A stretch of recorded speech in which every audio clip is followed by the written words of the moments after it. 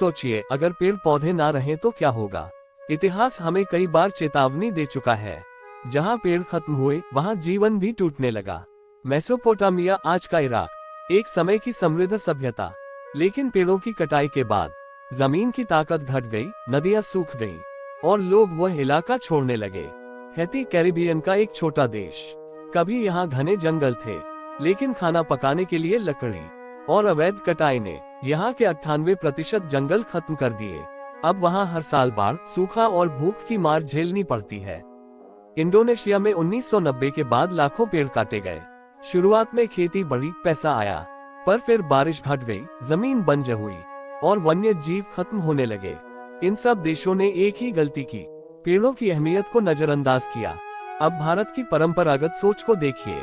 यहाँ हमेशा नीम, पीपल, बरगद और तुलसी जैसे पेड़ घरों और गांवों के पास लगाए जाते थे। क्यों? क्योंकि ये पेड़ हवा को साफ रखते हैं, मिट्टी को उड़ने से बचाते हैं, गर्मी कम करते हैं और सबसे जरूरी, बारिश लाने में मदद करते हैं। पेड़ की पत्तियां भाप छोड़ती हैं, जिससे हवा में नमी बढ़ती है। जब ये काम करोड़ों पत्तियां मिलकर करती हैं, तो बादल बनते हैं और बारिश होती है।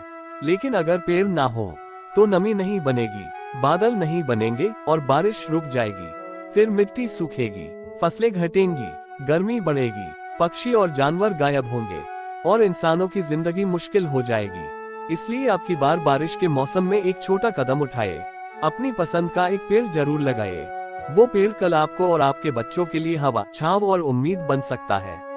अगर आपको ये बात समझ आए हो और जरूरी लगी हो तो एक लाइक जरूर करें। कमेंट में बताएं आपके इलाके में सबसे घना पेड़ कौन सा है।